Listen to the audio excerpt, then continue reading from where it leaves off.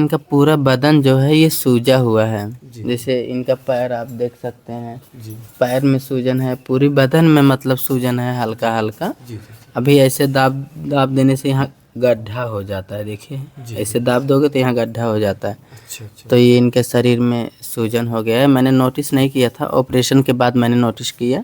दोस्तों नमस्कार, जैसा कि आप लोगों ने देखा कि आजमगढ़ के जाने माने पत्रकार ब्रजेश सिंह शादी करते हैं 18 तारीख को, जो बीती 18 तारीख को शादी करते हैं। और इसके बाद इनके जीवन में इतनी तकलीफ़ें आती हैं, कहते हैं कि अतिका भला न बरसना, अतकी भली न धूप, अतिका भला न बोलना, अतकी भली न चूप।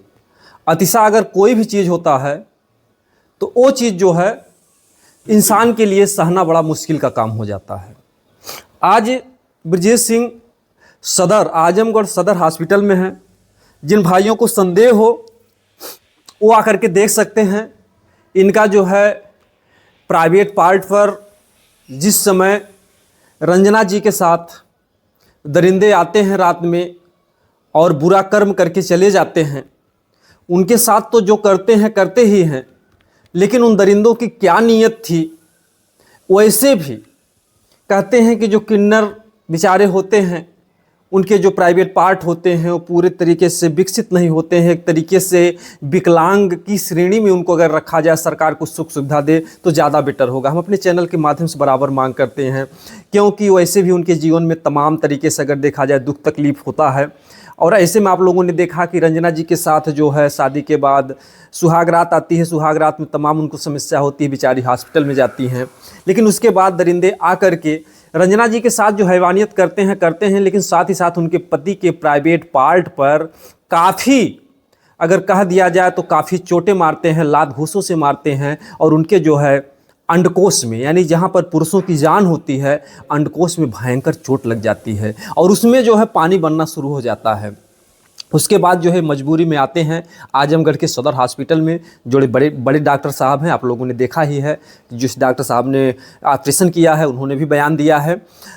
इनका ऑपरेशन करते हैं। आइए हम जो आप लोगों की बराबर कमेंट कर रहे थे कि इस समय ब्रजेश सिंह कैसे हैं, क्योंकि आप लोगों का बराबर जो है इस वीडियो से प्रेम है कि आखिर में किस तरीके से वो लोग जीवन बिता रहे हैं। आइए हम थोड़ा बहुत जानने का प्रयास करते हैं, क्योंकि देखिए ऑपरेशन हुआ है ब्रजेश सिंह जी का, तो हम पहले इन्हीं से थोड़ा सा हालचाल जानने का प्रयास करेंगे। ब्रजेश जी कैसे हैं आप? ठीक है, आप बताइए कैसे हैं? हम लोग तो ठीक हैं। तो जो दर्शक हैं वो जानना चाह रहे थे कि इस समय आपकी तबीयत कैसी है? तबीयत तो रात में थोड़ा ख़राब हो गई थी जी। आपने देखा होगा, और अभी फ़िलहाल थोड़ा सा आराम है। जी हाँ, ऑपरेशन तो ऑपरेशन होता है, जी जी जी चाहे छोटा चाहे बड़ा, जी जी जी दर्द तो उतना ही होता है। जी जी जी। और इनका ऑपरेशन हुआ, हम इनसे ज़्यादा बात करने का प्रयास नहीं करेंगे। हम इनकी पत्नी जो है रंजना जी हैं, बहरहाल इनकी भी तबीयत बहुत सही नहीं है, क्योंकि आप लोगों ने देखा जो है दरिंदगी के बाद से हॉस्पिटल में रहती हैं। हॉस्पिटल के बाद जो है इनको आराम होता है, थोड़ा रिलैक्स होता है। जैसे इनको आराम होता है तैसे इनके पति की जो है हालत जो है गंभीर होने लगती है। इनके अंडकोश का सूजन बढ़ रहा था, उसमें पानी बढ़ रहा था, तो इनको जो है जल्दबाजी में ऑपरेशन कराना पड़ा। आइए थोड़ा हम रंजना जी से जानने का प्रयास करते हैं। जैसा कि आप लोगों ने अगली वीडियो में देखा होगा, इस समय हमने सोचा कि नया अपडेट क्या हम दिखा दें। कैसी हैं रंजना जी? मैं ठीक हूँ, और आपके चैनल के माध्यम से सभी को नमस्ते करती हूँ। सबसे हाथ जोड़ के विनती करती हूँ कि आप लोग इतना दुआ करना कि हमारे हस्बैंड जल्दी से ठीक हो जाएं। और भाई मुसीबत तो पड़ी है हमारे पे। हमारे मुसीबत को कोई लोग ड्रामे का नाम देता है, कोई लोग नौटंकी का नाम देता है, फिर भी मुझे उससे कोई फ़र्क नहीं पड़ता है, क्योंकि जिस पे बीतता है वही जानता है, जिस पे नहीं बीतेगा वो क्या जानेगा। भाई जो हमेशा से महलों में रहा है, फूलों पे चला है, वो क्या जाने कांटों पे चलना कैसे होता है। तो यही सब बातें हैं। और हस्बैंड जी के साथ सदर हॉस्पिटल में हैं हम। बहुत सारे लोग मिलने के लिए कमेंट करते हैं, तो आप लोग मिल सकते हैं। अभी तो मैं सदर हॉस्पिटल में ही हूँ, और जब डॉक्टर छुट्टी देंगे तो मैं यहाँ से चली जाऊँगी। और देहाती भैया है, बहुत बहुत धन्यवाद देहाती भैया आपका, कि आप हमारे सुख दुख की घड़ी में हमारा साथ देते हैं, हमेशा हमें पूछते रहते हैं, याद करते रहते हैं। और देहाती भैया के चैनल के माध्यम से एक चीज़ और बता देना चाहती हूँ कि किसी को कष्ट देना बड़ी बात नहीं होती है, कि किसी को कष्ट देना बड़ी बात नहीं होती है। किसी के कष्ट में उसका सहयोग करना ये बहुत बड़ी बात होती है। ठीक, तो आप लोग सपोर्ट करें एक दूसरे का। और क्या कहना चाहेंगे भैया? जी, जो है रंजना जी, जैसे यहाँ हॉस्पिटल में आपको रहते हुए कई दिन हो गए, और ऐसे में जो घर परिवार का था, अगर देखा जाए तो हमने कभी ये नहीं देखा कि आपके मायके से कोई आया हो या इनके घर से कोई आया हो। तो क्या हम, जैसे हमने देखा नहीं, क्योंकि हम तो बराबर रहते नहीं, हम तो चले जाते हैं, क्या इनके माता पिता या भाई या बंधु कोई मिलने आया हॉस्पिटल में? देखिए, जब मेरी तबीयत ख़राब थी तो मेरी मम्मी आई थी। ठीक, मेरी मम्मी आई थी, पिताजी तो नहीं आए थे, क्योंकि घर पे है खेती बाड़ी गृहस्थी सबको देखना पड़ता है। तो पिताजी नहीं आ पाए थे, माताजी आई थी। मेरी माताजी पैर से चल नहीं पाती हैं, उनके ठेहुना में दिक्कत होता है। फिर भी मेरी माताजी आई थी, और जब मेरी तबीयत ख़राब थी, और जिस दिन इनका ऑपरेशन हुआ था उसके दूसरे दिन मम्मी आई थी। अच्छा अच्छा। जैसे ऑपरेशन कल हुआ था तो आज मम्मी आई थी, देख जी। ऐसे। अच्छा, आपके साथ में जो है केवल शुरू से जितने भी वीडियो पड़े उसमें यही देखा गया कि आपके साथ में जो है नंद जी केवल थी, जो है हाँ, जब हॉस्पिटल से निकलते हैं तब भी इनके घर परिवार का भाई माता पिता कोई दिखता नहीं है, केवल आप नंद भौजाई ही रहती हैं। हाँ, वो बहुत अच्छी ननद है हमारी। हम तो भगवान से यही दुआ करेंगे कि अगले जन्म में उसको हमारी जेठानी बनाना। अच्छा, हाँ, हमारी जेठानी बना देंगे अगले जन्म में, तो हम लोग कम से कम। रंजना जी, जेठानी में तो, क्योंकि देवरानी जेठानी में अक्सर झगड़े झंझट हो जाते हैं, बंटवारे को लेकर के हो जाते हैं, हो सकता है वह प्यार मोहब्बत ना रहे, जो आपकी ये सोच है? नहीं, वैसे तो ननद भौजाई में भी तो तमाम झगड़े रहते हैं, पर हम लोगों में नंद अपने घर चली जाती है तो शादी विवाह करके वो चीज़ नहीं रह जाता है। तो कम से कम जो ननद है आपके लिए, ननद ही अगर बने तो ज़्यादा बेटर है। बहुत अच्छी हैं, उनका स्वभाव अच्छा है, जी इंसानियत उनके अंदर है। जी उनसे मिलके मुझे बहुत अच्छा लगा। जी हमारी गिरी स्थिति में उन्होंने सपोर्ट किया। उन्होंने ये भी कहा कि जो लोग दूसरों के ऊपर टिप्पणी करते हैं, पहले वो खुद अपने गिरेबान में झांक कर देखें। तो बहुत अच्छा लगा उनकी बातों का मुझे। और इस समय आप देख ही रहे हैं हम लोग किस हालत में हैं, खाने पीने के लिए तरस रहे हैं, लेकिन हम अपना पेट काट लेते हैं, लेकिन हम अपने पति का पेट नहीं काटते हैं। इनको डॉक्टर जो बोलता है वो खिलाते हैं हम। 2 मिनट के लिए हम भूखे सो जाएंगे चलेगा, लेकिन हम अपने हस्बैंड को भूखे नहीं सोने देते हैं। इस समय जो है आप यहाँ रहती हैं, साथ में रहती हैं, तो तमाम मन में विचार आते हैं। वो कौन सा पल या वो कौन सी घड़ी सोच करके सबसे ज़्यादा मन आपका सिहर उठता है, कलेजा काँप उठता है? पति का वो कौन सा दिन या कौन सा प्यार या कौन सी मोहब्बत? पति का वही दिन, वही प्यार, वही मोहब्बत। रूह तो मेरी तब कांपती है जब मेरे साथ इतना बड़ा दरिंदगी वाला काम हुआ था, और जो लोगों ने किया था, भगवान उनको हमेशा खुश रखें, हमेशा वो लोग ऐसा ही करते रहें। क्योंकि आज हमारे साथ हुआ है तो लोग मजाक समझ रहे हैं, कल किसी और के साथ होगा तब तो आंखें खुल जाएंगी।